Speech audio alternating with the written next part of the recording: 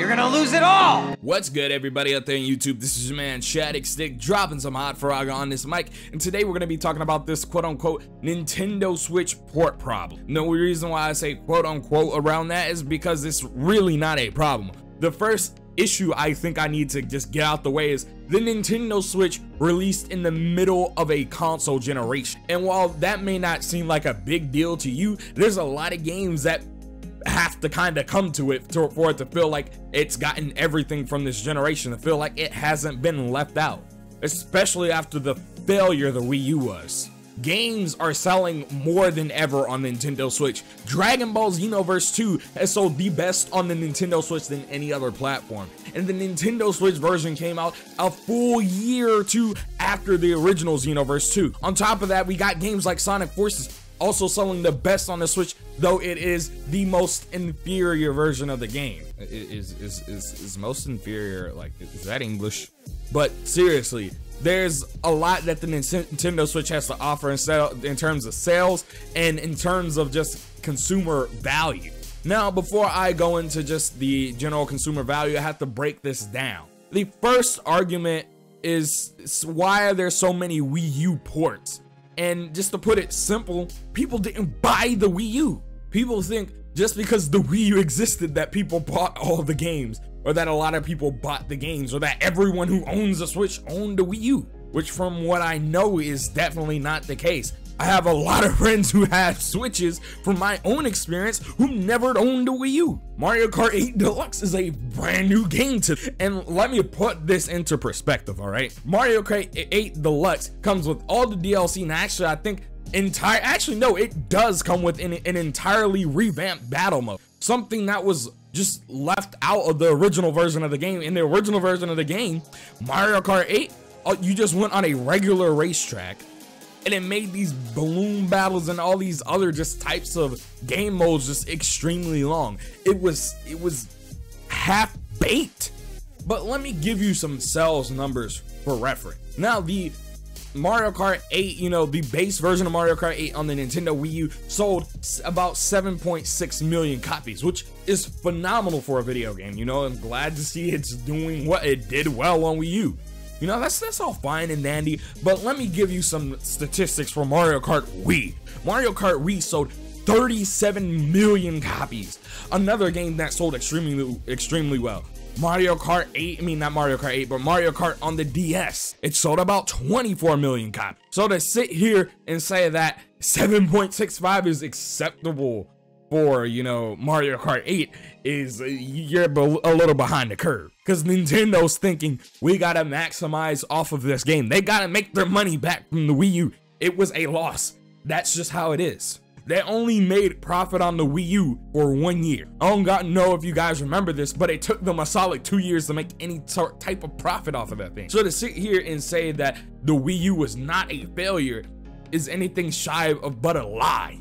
To sit here and not acknowledge the failure that it was, and that to be a contributing factor to why there's so many Switch ports is, again, just a fallacy. Pokken Tournament coming to the Switch was inevitable. The game died out on Wii U because, one, Nintendo didn't support it on Wii U because the Wii U was a dying platform. Why do they need to support the game on a dying platform? If anything, these ports aren't even inherently a bad thing because a lot of them come upgraded and come with all of the DLC from the previous games, i.e. Hyrule Warriors, which comes with all of the DLC and everything from both the 3DS and Wii U versions of the game. So I think it's crazy to just not acknowledge what these ports really are. They're introducing new people to these games that never got to play it. Why is it $60? Well, maybe because it's an incredibly revamped port. It looks incredibly better compared to the previous iteration of it, and it's coming to a whole new slew of people with all of its DLC. The content and the reasoning justify the price point, and I don't think that's what people understand. These ports especially aren't a bad thing because I only bought like 6 Wii U games. Outside of getting a free copy of Darksiders 2 on Nintendo Switch, I only have Nintendo Land, Super Mario 3D World, both which came up with my, my Wii U, so those don't even count. I got Splatoon 2, not Splatoon 2, but Splatoon 1. I have Breath of the Wild, Rodea the Sky Soldier, Monster Hunter 3 Ultimate, in Super Smash, bro. Again, I'm not gonna sit here and not acknowledge that I didn't get the games. Because guess what?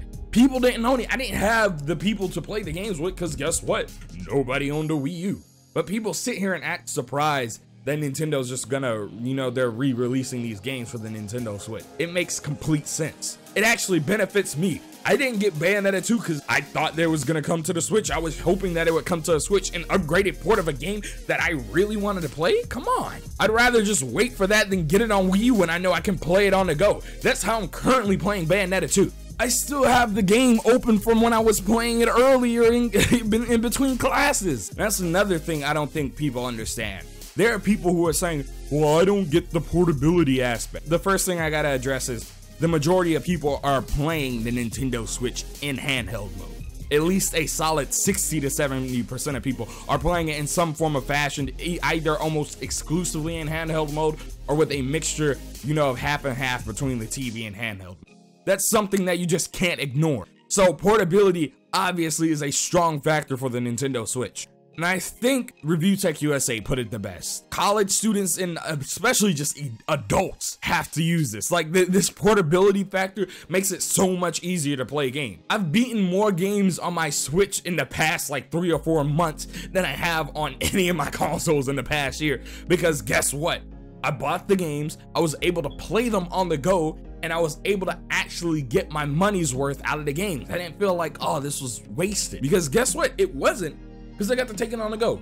I was able to play it in any type of free or spare time that I had, which I think is something that people just aren't acknowledged, especially a lot of younger owners of the Nintendo Switch. Like, I didn't know college was gonna be this time consuming in high school, but guess what? It is, and that's the real world. Again, my example was Bayonetta 2.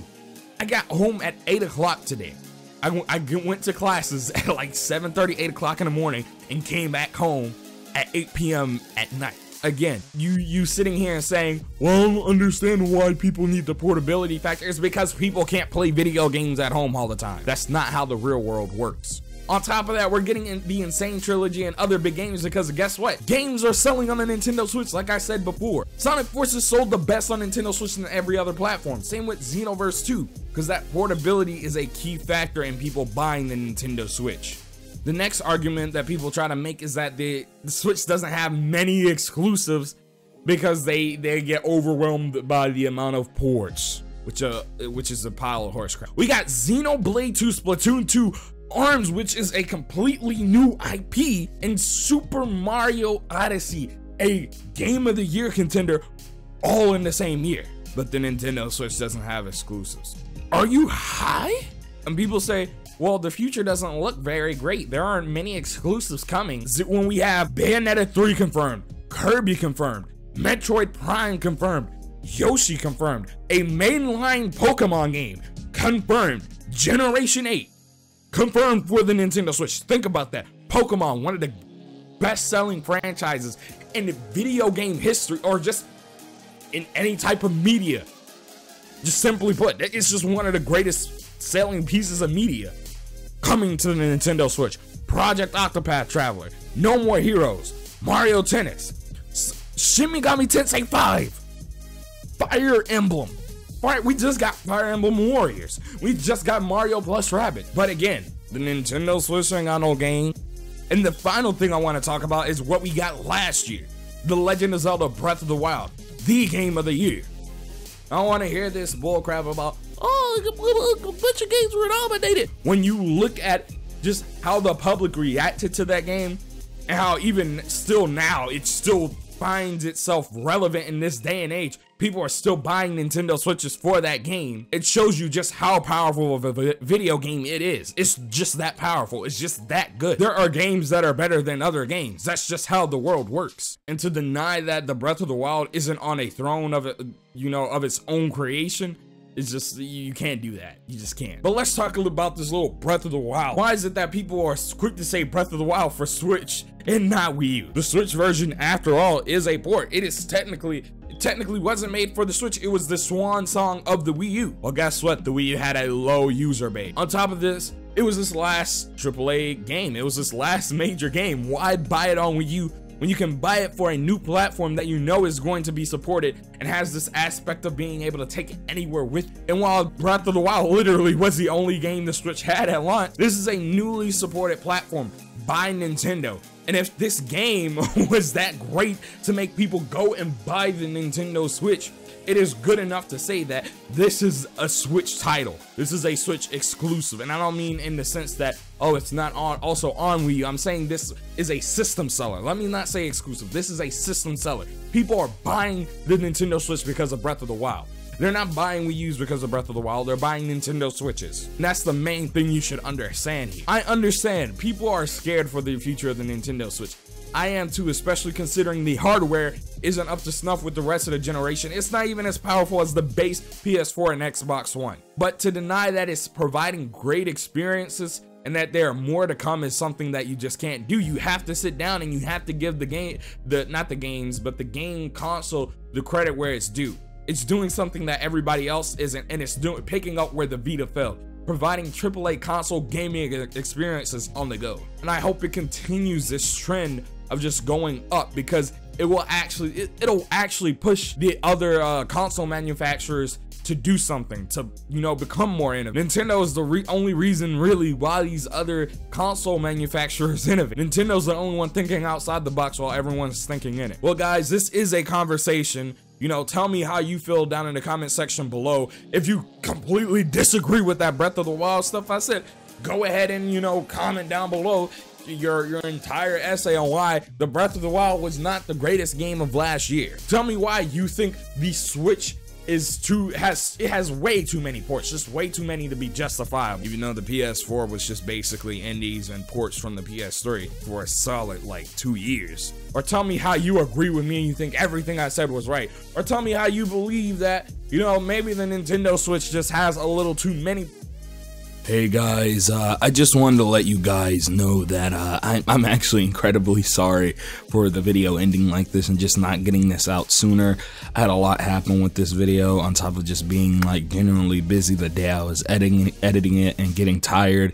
I still wanted to get it out the you know, the time I planned, but I was running into issues with the file corrupting and just in general things corrupting, and this last little bit of the video just completely corrupted. But the gist of it was basically, you know, if you had mixed feelings on this, leave them down in the comment section below. I created this to, you know, kind of rebut a lot of the claims about the Nintendo Switch that have been going around lately, talking about how the Nintendo Switch just has way too many ports, etc, etc. I felt like this was a great way to combat it into, you know, this little rant thing. I thought it was funny. I hope it came off as funny, because I'm not funny myself, so, you know, that makes a lot of things just come off really weird, I guess. I don't know. But this is me, man, Shadicstick. Don't forget to comment, like, and subscribe. Share this video out with your friends. Hot Firaga turns to Cold Blizzaga. Go chill out with some of my other videos. You know, support your boy by donating on Patreon. $1 a month helps, and we're out of here. Peace. Kiss, kiss.